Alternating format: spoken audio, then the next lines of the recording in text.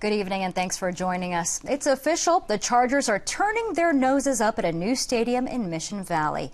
KPBS Metro reporter Andrew Bowen has the latest on San Diego's football stadium saga. No to Mission Valley, yes to downtown.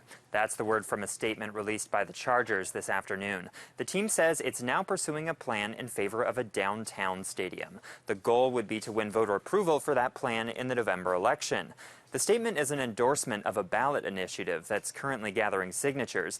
That initiative also affects the expansion of the convention center. It would ban the city from building that expansion on the waterfront, and it would ban public financing for a new Chargers stadium downtown. Instead, the stadium would likely be funded by hotel taxes.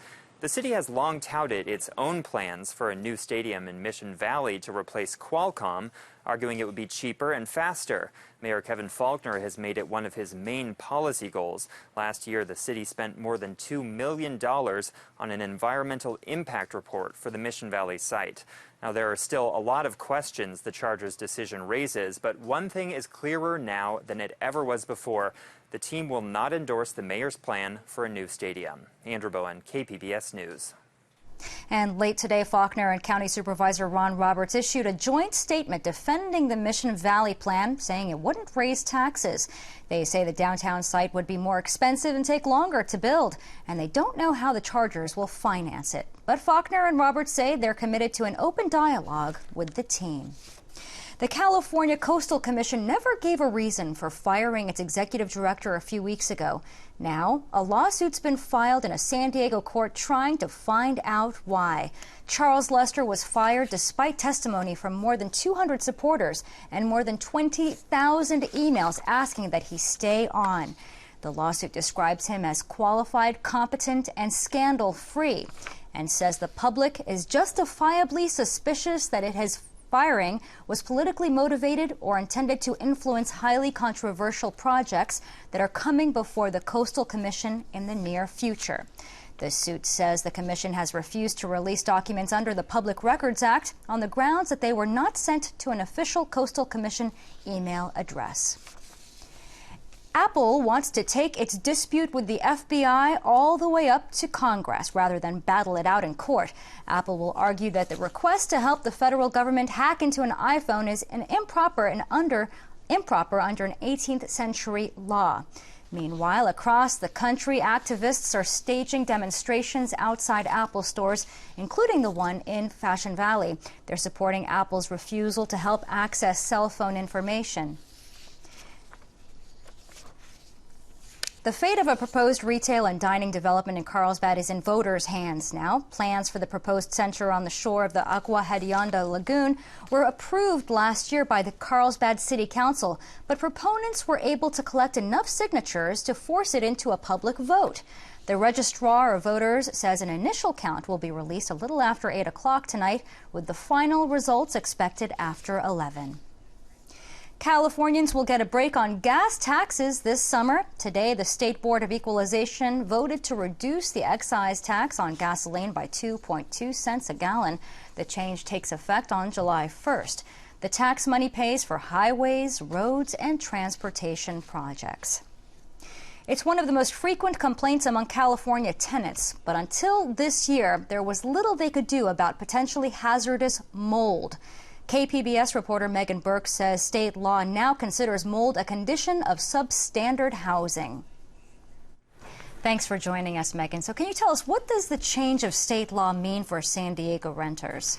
Well, it means for the first time, renters can report their mold problems to the city, and it can demand repairs and fine landlords who don't comply. Mark Whittam is a tenant rights attorney, and he says until last month, renters had little recourse but to move. I get mold calls pretty much on a daily basis. They're in areas like City Heights and Barrio Logan, where there are many, many moldy properties. And it's just, if you don't want to live here, you're free to move. I'll find somebody else who'll pick it up and move in within 2 weeks. And I can understand why mold is a concern for tenants, but why is it a concern for lawmakers as well? Well, there's a consensus among medical professionals that visible mold or even the smell of mold in your home increases your risk of respiratory diseases like asthma and infections. In 2001, the state passed the Toxic Mold Act to try to set limits on how much mold is okay in dwellings. Researchers had a tough time settling on just how much mold was too much, so the State Department of Public Health eventually said, look, we know this is a problem, so there really shouldn't be much mold at all in our housing. And what does the law now say about mold? The law now covers any mold growth unless it's common, like bathtub buildup. The language has come under scrutiny by the San Diego County Apartment Association, which says it's too broad. But as of January 1st of this year, it did become law, and local code enforcement officers are already taking calls from tenants. Speak City Heights reporter Megan Bergs, thank you. Southern California Gas won't be resuming operations at its troubled gas storage facility near Los Angeles for a while, at least not until it's undergone tougher tests than ever required before. The massive leak, which lasted 4 months, drew attention to the old energy infrastructure across the country and led to calls for tougher new regulations. Tests will measure the thickness of protective steel casings, corrosion, and make sure wells can withstand intense pressures. It's the biggest shake table in the world, and it's here in San Diego. Researchers today were measuring what boosts a building's ability to withstand a major earthquake. KPBS reporter Eric Anderson has the story.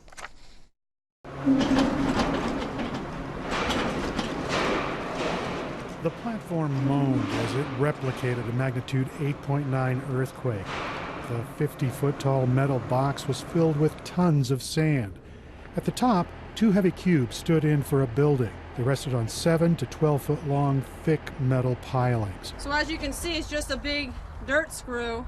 Oklahoma University professor Amy Serrato says those metal spikes absorbed and then diminished the force of the quake coming from the table.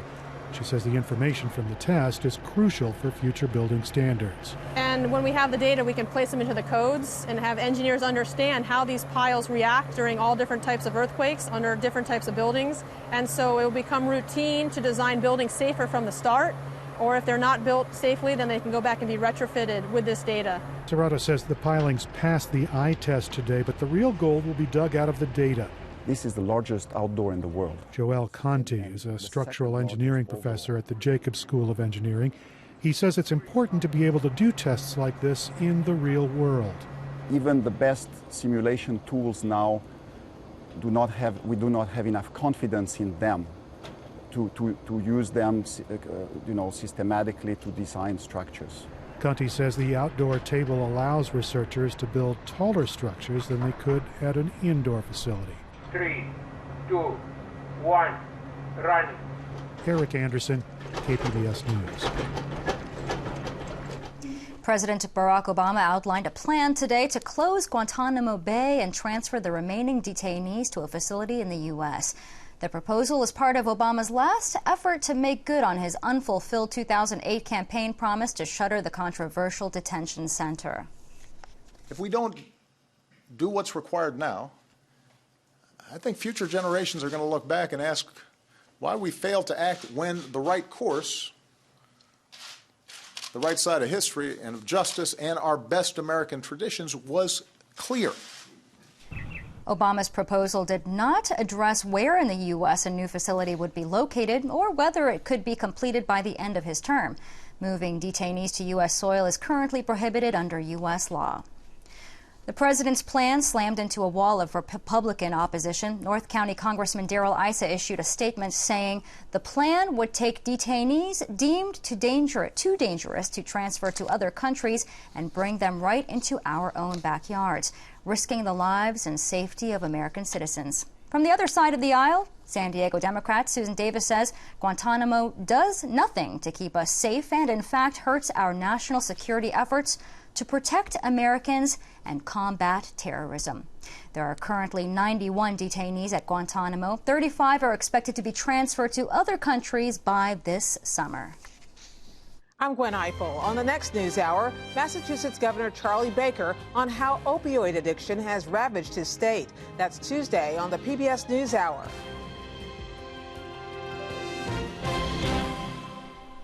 A trend called micro-living is taking off around the country. People are seeking out small spaces, and we mean small, usually less than 350 square feet.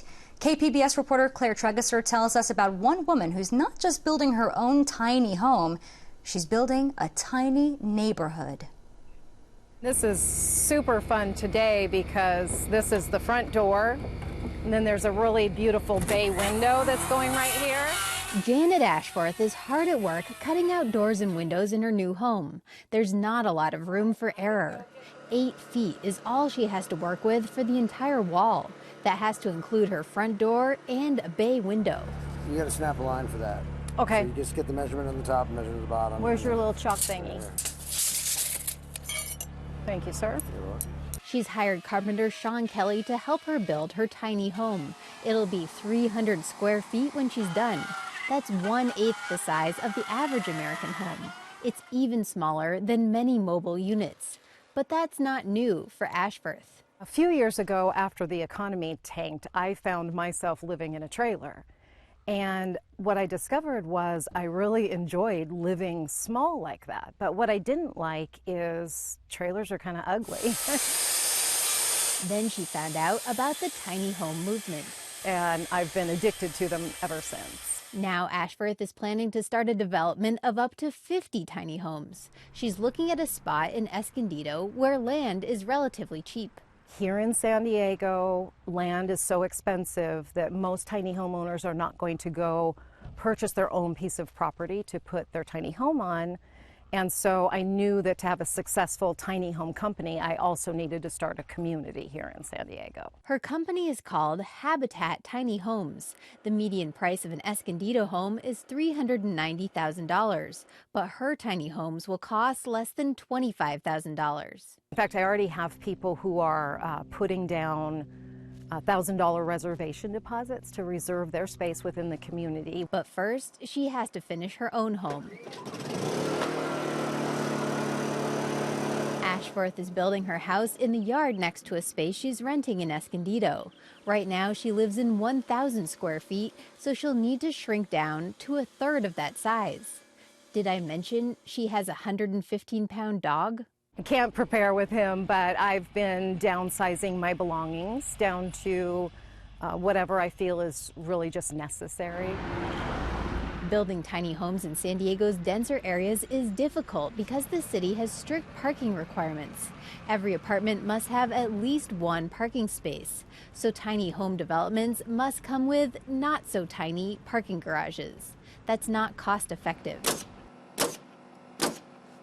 But in Ashworth's development, each home will have a carport topped with solar panels. She says her focus is setting up an environmentally sustainable community. It'll be for people who want to talk to their neighbors. So, rather than having a giant home that you come home and you put up your 3-car garage and go in and never come out the rest of the night, people that are attracted to this lifestyle want to mingle with their neighbors and have that real sense of community. Ashworth is ready for her move next month. She says it's freeing to get rid of her extra stuff. Claire Tregeser, KPBS News. Now, do you know how much energy it takes to grow your food, to wash it, to process it, and get it to your grocery store? Well, an estimated 30% of our global energy use goes into food production. Inside Energy's Stephanie Joyce takes us through it. Yeah, we've got some kale growing here. There are few places where the connection between food and energy is more obvious than at the Bright Agritech warehouse in Laramie, Wyoming. I didn't know that these were edible, though. You didn't? No, I didn't. Not until they planted them. Bright Agritech sells growing systems to indoor farmers. CEO Nate Story says because of that, he thinks about energy a lot. When we start paying for electricity directly, it becomes obvious that we're in an energy industry. We're consuming energy to create this produce. In Bright Agritech's case, the kale and microgreens and edible flowers are a direct product of coal, which supplies most of Wyoming's electricity. Yeah, I'm going to turn on a few. Is that all right? The energy inputs are obvious in the Bright Agritech warehouse, but they're hidden everywhere in our food supply chain. Up to 1/5 of our nation's total energy use goes into growing, transporting, processing, and eventually preparing our food. Just need another 2 ounces. Hayden Christensen thinks about that energy every day. And how many hours a day are you going to have these lights on? I'll probably work them up to 14 to 18 roughly. Christensen grows herbs and lettuce in grow rooms and greenhouses just outside Fort Collins, Colorado. He uses new, high-tech LED lights. They're a lot more efficient. These are 300 watt. They say they're an equivalent of an 1,000 watt regular light. Although labor and packaging are Christensen's biggest expenses, he says energy costs do add up. He estimates that in an average clamshell of basil, which retails for $1.50, 9 cents was spent on electricity. Once his herbs are packaged, Christensen loads them up and takes them to a local Whole Foods store where they're sold. In this case, that trip is short. But even longer trips, say from a farm in California to the same Fort Collins Whole Foods, don't actually use a whole lot of energy, says ag economist Don Thilmany. Everyone does assume, because they see the trucks are the visible part, that the transportation sector is a huge part of both the cost and the energy of food production, and they're really quite minimal. Transportation accounts for less than 10% of all the energy used in the food chain.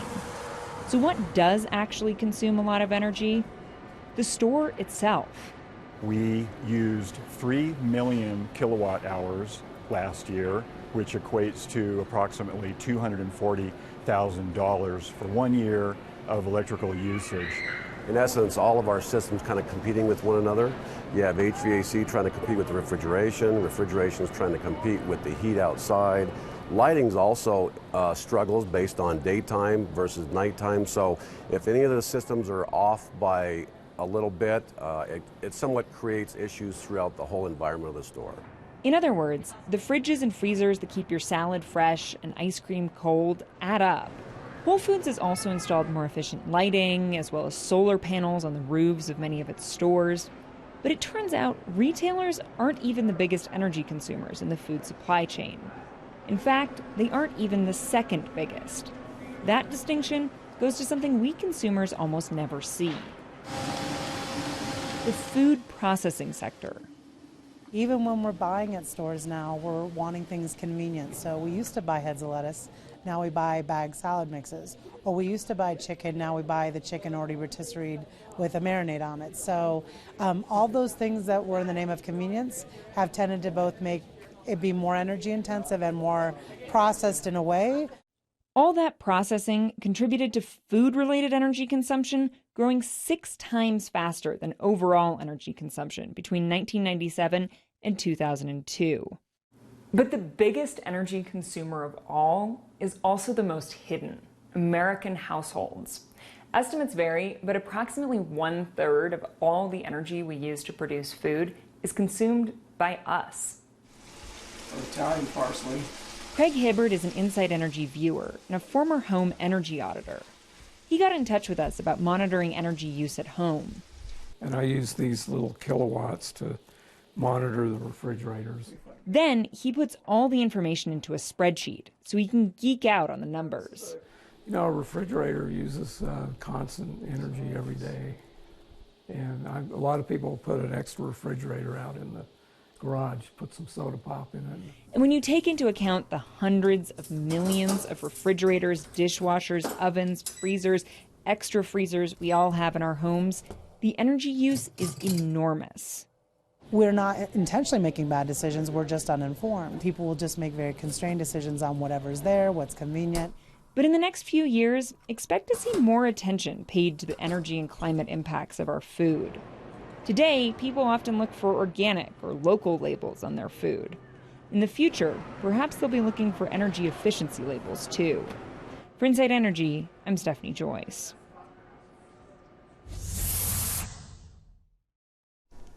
The San Diego Zoo Safari Park is welcoming a new arrival, the first California condor chick of the season. Its name is Swayan, which means winter. The bird is just 2 weeks old. It'll take a blood test to know whether it's a boy or a girl. There's also a milestone in efforts to return the condor to the wild. The U.S. Fish and Wildlife Service says more of the birds were born in the wild last year than died. This is the first time this has been true in decades.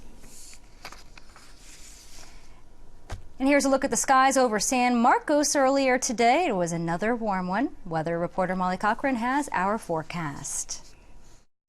Dry conditions continue across much of California. That does include San Francisco into San Diego, including LA. So really don't have to worry about much in the way of any weather-related travel delays if you have any flights. We do have the next approaching front, but that's going to be fizzling out. Could bring a few clouds into the Pac Northwest, but that's pretty much it. As we bring it closer to home over the last 6 hours, a few clouds out there, mainly high clouds, though much of San Diego County staying bright and sunny as we continue through the early evening hours. As the sun goes down, dry skies hold across much of the region as well.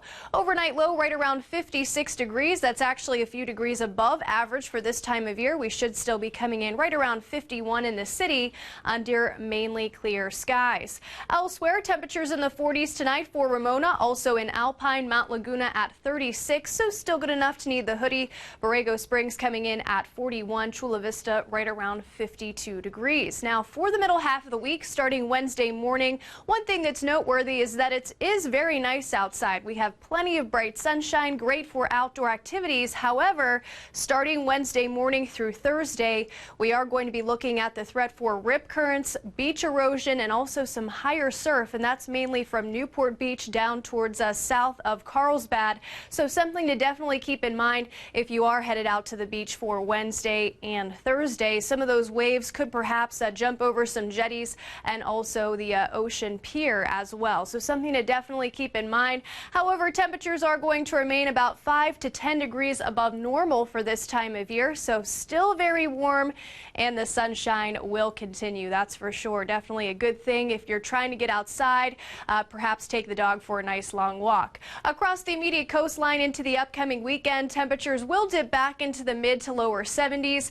as we head into Friday and Saturday, but the sunshine is going to stick around, that's for sure. Farther inland, temperature of 80 for Wednesday, definitely well above average for this time of year, 79 on Thursday, and then we will see those temperatures come down a few degrees for Friday and Saturday, but expecting the sunshine to remain as well. A little bit cooler across the mountains, 64 on Thursday, plenty of bright sunshine, 68 on Friday. We'll stay in the mid-60s for the start of the weekend. Our overnight lows going to generally stay in the lower to mid-30s. Across the desert, we continue to feel the heat, 85 by Friday with partly sunny skies, 47 for an overnight low. We'll stay in the mid-80s with sunshine for the first day of the weekend. Molly Cochran, KPBS News. The Look of Silence is nominated for a Best Documentary Oscar at this weekend's Academy Awards. The film is about the Indonesian genocide of the 1960s. It's screening tonight at San Diego State University. KPBS film critic Beth Accomando spoke with director Joshua Oppenheimer about the challenges of making the film. Filmmaker Joshua Oppenheimer was inspired to make a pair of documentaries after bringing together two men for an interview. In the interview, they boasted about how many people they had killed during the late 1960s, when anti-communist Indonesians killed hundreds of thousands of their fellow citizens. As they helped each other down this grassy embankment, the thought came to me, my God, it's as though I've wandered into Germany 40 years after the Holocaust, only to find the Nazis still in power. If the rest of the world had celebrated and even participated in the Holocaust, which accounts for their shamelessness with an outsider, and I noted there should be two films. One, trying to understand the performative aspect of this boasting. It was something more like performance than testimony, and performance is always intended for an audience. Who is their imagined audience? How do they want to be seen? How do they want to see themselves? How do they really see themselves? And that would lead to my first film, The Act of Killing. And the second film, what is it like for ordinary people, especially survivors, to have to live in such a regime, surrounded by the men who killed their loved ones? And that became The Look of Silence. The Look of Silence focuses on a man named Adi who wants to confront the men who killed his brother. We realized that once we found a way of doing that sort of safely, we realized that this would be a historic occasion, that he would be breaking half a century of silence and showing the kind of dialogue that needs to happen if there's going to be healing and change in Indonesia, but at the same time, it was pretty clear he would get threatened and elicit anger, that people would react angrily to him coming, that this could also be dangerous, but that those threats, precisely the danger, is what if viewers could feel that and could feel why it's inevitable that perpetrators, when confronted and told you've killed my brother, would get angry in that way. If we can make the viewer feel that, we can make people feel this abyss of fear that's dividing everybody. And we can make visible the terrible way in which the past isn't past, it's present. It's right there keeping people afraid, empowering perpetrators to threaten. So we had to create an occasion that would push us to the edge of danger. But it would have been an ultimate failure if violence had ever broken out. Oppenheimer's The Look of Silence is that rare thing, a documentary in which the subject matter and the filmmaking are equally powerful and worthy of attention. Beth Accomando, KPBS News. And you can find tonight's stories on our website at kpbs.org/evening edition. Thank you so much for joining us. Have a great evening. Good night.